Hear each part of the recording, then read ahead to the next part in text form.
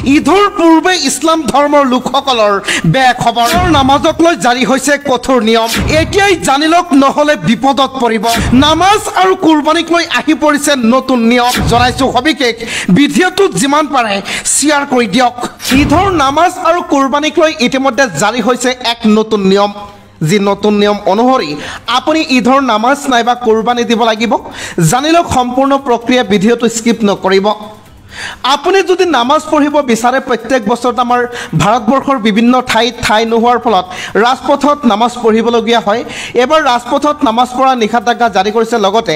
ৰাজ্যত এখন বিশেষ আয়োগ গঠন কৰি দিয়া হ'ব যি আয়োগে আপোনাৰ কুৰবানীৰ জীৱ-জন্তু নিৰীক্ষণ কৰিব পৰীক্ষণ কৰিব তাৰ পিছতে আপুনি কুৰবানী দিব পাৰিব যদি কোনো হেৰফেৰ হয় আপুনি বিপদত পৰাৰ সম্পূৰ্ণ সম্ভাৱনা আছে ৰাজপথত পঢ়িব নোৱাৰিব নামাজ কুৰবানীৰ বাবেও আছে কেইবাটাও কঠোৰ নিৰ্দেশনা ঈদ-উজ-জোহাৰ পূৰ্বে চৰকাৰৰ কাঢ়া নিৰ্দেশৰ পিছতে ইছলাম ধৰ্মাৱলম্বী ৰাইজৰ মাজত তীব্ৰ প্ৰতিক্ৰিয়া কি এই নিৰ্দেশনা জাৰি কৰিছে তাৰ কাৰণে ইছলাম ধৰ্মাৱলম্বী লোকসকলৰ মাজত তীব্ৰ প্ৰতিক্ৰিয়াৰ আৰম্ভ হৈছে 17 জুনত ৰাস্তাত পঢ়িব নোৱাৰিব নামাজ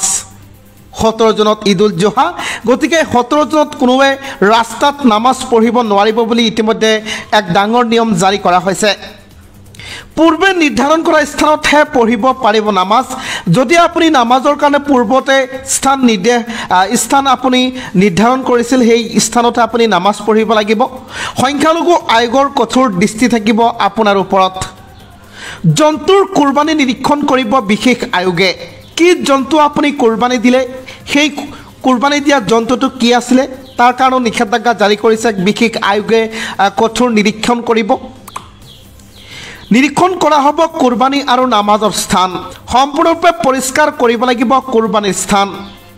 সংখ্যালঘু আয়োগৰ থাকিব কঠোৰ দৃষ্টি শান্তি শৃংখলাৰ মাজেৰে ঈদ পালনৰ আহ্বান জনোৱা হৈছে ঈদ-উজ-জোহাৰ পূৰ্বে ইতিমধ্যে এই চৰকাৰৰ কাঢ়া নিৰ্দেশ ইয়াক লৈ ইছলাম ধৰ্মাৱলম্বী লোকসকলৰ মাজত এতিয়া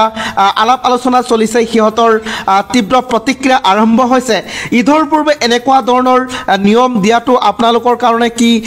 গ্ৰহণযোগ্য নে নহয় ভিডিঅ'টো কমেণ্টত নিশ্চয় জনাব এনেবোৰ ভিডিঅ' পোৱাৰ কাৰণে পেজটো ফ'ল' কৰিব লগতে ভিডিঅ'টো আপোনাৰ পৰিয়ালৰ লগত শ্বেয়াৰ কৰিবলৈ নাপাহৰিব ধন্যবাদ